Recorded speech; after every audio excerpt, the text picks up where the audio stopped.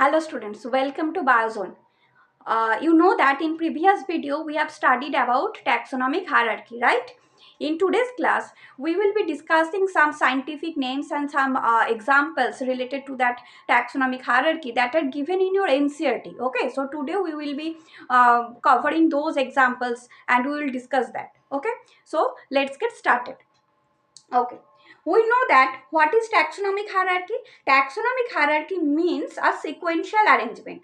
A sequential arrangement of what? A sequential arrangement of taxonomic category. And this sequence can be of two types. It can be in ascending order and it can be in descending order. Okay. Now, what is ascending order? Ascending order means when we are moving from the lowest taxonomic category to the highest taxonomic category. We are calling this order as the ascending order, right? So now here we will be study these examples in ascending order. Okay, so that means we will be moving from the lowest taxonomic category. That is, what is the lowest taxonomic category? We know the species is the lowest taxonomic category, or this is the lowest taxon, you can say. So we will be starting from this. Okay, so see, Panthera leo. This is the there are three scientific names. These are given in your NCERT. Okay, so we will be considering these three in this video. Okay, so they are Panthera leo. What is this? Panthera leo is actually the scientific name of lion. Here, see the word leo. Here, see the word leo. You can assume that from the word leo that it may be the scientific name of lion, and it is the scientific name of lion. So Panthera leo means lion. Okay, this is the scientific name of lion. Panthera pardus, this is the scientific name of leopard. Okay, this is the scientific name of leopard. This is the scientific name of leopard. And what is Panthera tigris? From this species name tigris, you can also assume this is the scientific name of tiger. This is the scientific name of tiger. So we know that we know how we write the scientific name, and the first component here, it denotes genus name, and the last component denotes the species name. So here the Leo, Pardus and Tigris, these are the species. Okay, and so what is the genus? Panthera. See here, the three animals, the lion, leopard and tiger, all three have a common genus, that is Panthera. That means I have told you in case of whilst teaching the taxonomic hierarchy that the animals that have some similarities, we can group them into a same genus. Okay, so here the lion, leopard and tiger have some similarity. They must have some similarity. That's why they are sharing the common genus, and their genus name here is Panthera. Correct? Okay. Now, what is Felis? Felis is another genus, just as a Panthera. It is another genus. Okay. Felis, you can remember, I have taught you the classification of domestic cat. What is the scientific name of domestic cat? The scientific name of domestic cat is Felis catus, right? The genus is Felis. This is the Felis genus. Okay. So that means in Felis genus, various cat species are included. So Panthera is a genus and Felis is another genus, and in the Panthera genus there are we are studying here, there are three species, that is lion, leopard and tiger, and in the Felis genus you can tell that various cat species are included in this Felis genus. Okay, now see, this Felis genus and the Panthera genus and this Felis genus, they must have some similarity. They must have some similarities. That's why these Panthera and Felis genus, these are grouped together into a same family, that is Felidae. So they are grouped together into a same family, that is Felidae. Similarly, just like Felidae, another family is Canidae. Canidae means this is basically the in this Canidae family, all the dog species are included. Okay, so here I am writing the dog. This is the family of dog basically. Okay, so Felidae is a family, Canidae is another family, and these two family must have some similarities. That's why they are grouped together into a same order, that is carnivora. And we know that what is carnivora? The animals who eat flesh. We call them carnivorous animal, right? So Felidae and Canidae. Canidae means I have told you that Canidae means dog species, and dog prefer flesh. We know that. Similarly, Felidae, within this Felidae family, the tiger, lion, they also prefer meat, or they eat flesh. So all these, that means this Felidae and this Canidae family have similarity, that they eat flesh. That's why they are grouped together into a same order, that is carnivora. Carnivora means the animal who eat flesh. Okay. Similarly, just like carnivora, another order is primata. Primata means who are primata? Primata means within this primata order, humans are included, monkeys, gorilla, gibbons are included. Okay. Primata means the animals who have a large brain. Just think about human. We have a large brain and we have a complex social behavior. We have a very good 3D vision. So these are the characteristics, you can say. These are the characteristics of primates. Okay. So the order primata and the order carnivora, these two orders have some similarity. That's why they are grouped together into a same class, that is mammals. And then you may ask, what are the similarity here? Here the similarity is they both have mammary glands. We know that what are mammals? Mammals are those animals that have mammary glands. So primates have mammary glands, and carnivores also have mammary gland. That's why due to this similarity, we are grouping them into a same class, that is mammal. And one more thing, here we are discussing only those order or only those family that are mentioned in your NCERT book. Okay, don't think that just two just a primate and carnivora, these two order are included in the mammals. No, that's not the thing. Basically, mammals have many orders. For an example, I can say, besides this primate order and carnivora order, mammals have other orders, such as Rodentia. Rodentia is an order. Within this Rodentia order, rats or squirrels are included. Okay, another example of a order under this mammalia, under this class mammalia, is Cetacea order. Within this Cetacea order, dolphins, whales are included. Okay, so there are many other orders also, but we are here studying those things that are only that are mentioned in your NCERT only. Okay, so this is the class mammals. Okay, just like the class mammals, there are some other classes also. What are them? What are these? This is the fishes. Within this class fishes, various type of fishes are included, such as chondrichthyes fish, osteichthyes fish. Okay, amphibians. There is another order that is called amphibians. Amphibians means we know frogs frogs, and the species that are related to frogs, that are included in the class amphibians. And another class is reptiles. Reptiles means we know the lizards, snakes, that are included under this class reptilia. Birds, we all know that the birds are included in the class birds, or we call the class bird as aves.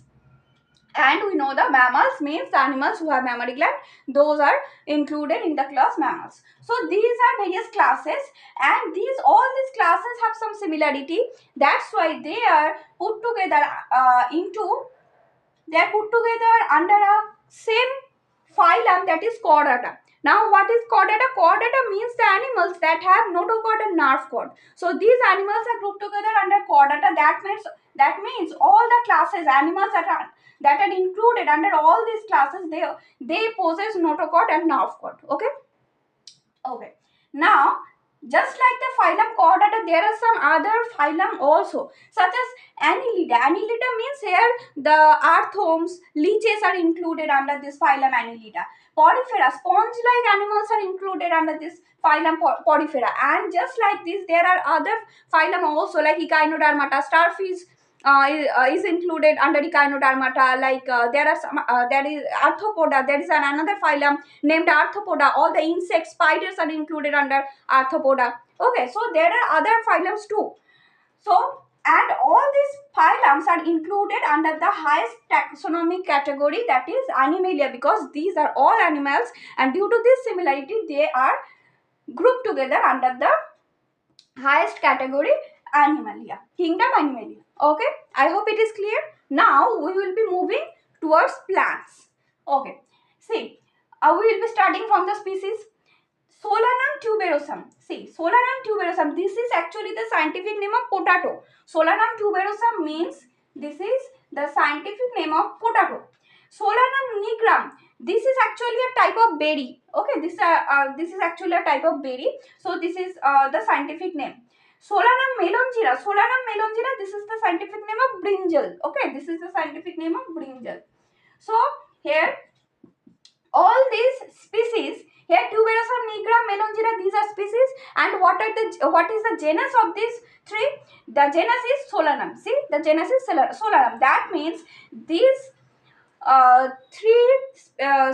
these three species of vegetable must have some similarity. That's why they are grouped together under the same genus, that is Solanum. Okay, just like the genus Solanum, there are other genus too, that is Petunia and Datura. And this Solanum, Petunia and Datura, they must have some similarity. That's why they are put together under a same family, that is Solanaceae. That is family. What is the name of the family? The name of the family is Solanaceae. And just like the family Solanaceae, there are another family, that is what is the name? Convolvulaceae. That is another family that named Convolvulaceae. And this Convolvulaceae and Solanaceae, these two family must have some similarity. That's why they are grouped together under under the same order. That is, what is the name of that order? The name of that order is Polymoniales. Polymoniales, and the order Polymoniales is grouped under the class Dicot. Grouped under the class Dicot. Dicot means dicotyledon. Dicotyledonous plants. All the dicotyledonous plants are included under this Dicot. And as an example, you can say pea plant is an example of Dicot plant. Okay, mango is an example of Dicot plant. Similarly, there are another class, that is monocot.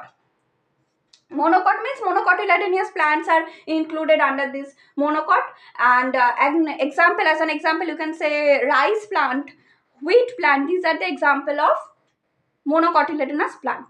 Okay, and this dicot and monocot, these two classes, they have some similarity. That's why they are included under the division here.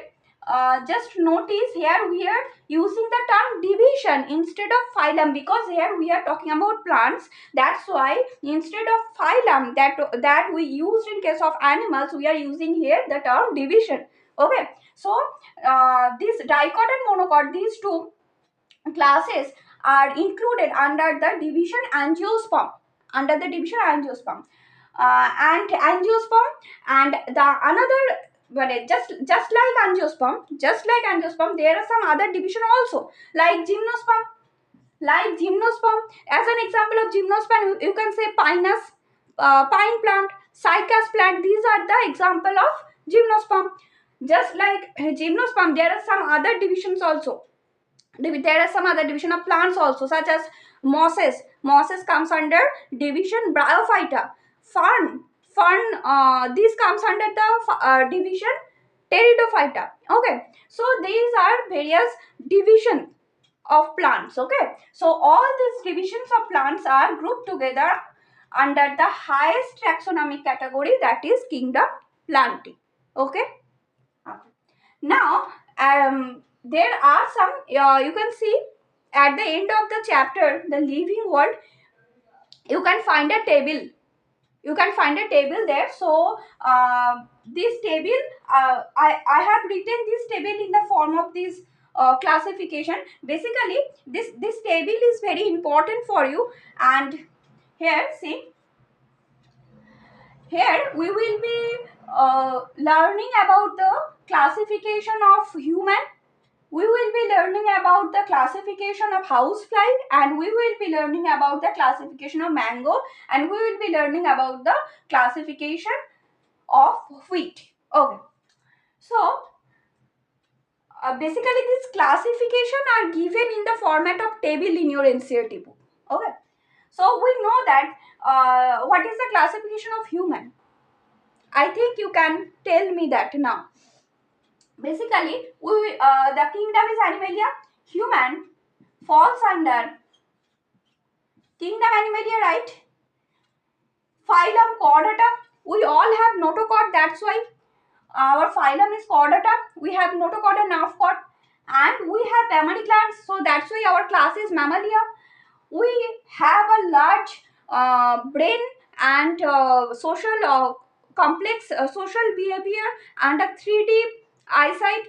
Okay, so that's why our order is Primata and our family is Hominidae, and the genus, what is the scientific name of human? Homo sapiens. The scientific name of the human is Homo sapiens. So our genus is Homo and our species is Sapiens. Okay. Okay, now moving towards the housefly. Now moving towards the housefly. Okay, so what is the classification of housefly? Housefly also comes under kingdom Animalia. This is an animal, right? So it will be under kingdom Animalia.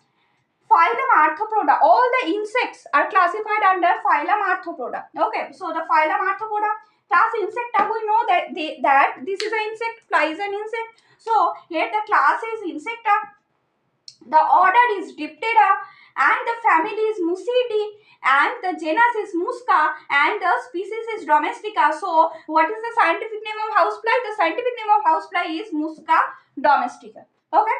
Now moving towards mango. Now moving towards mango, we will be studying the classification of mango.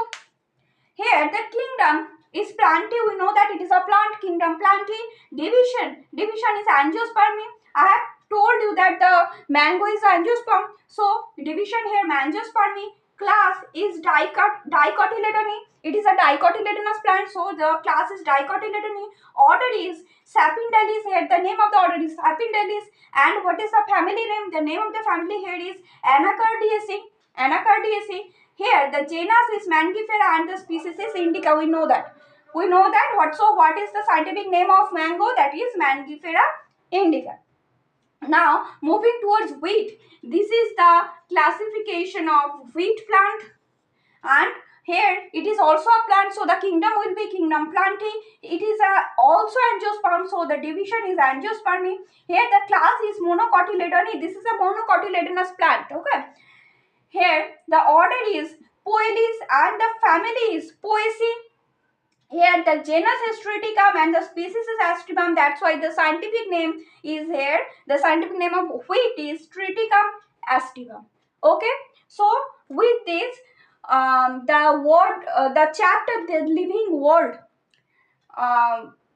is completed today.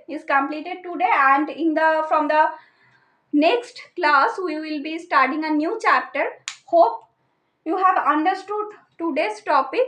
If you have any doubt, you can comment that in the comment section below, and if you like the video, please don't forget to subscribe my channel. Thank you.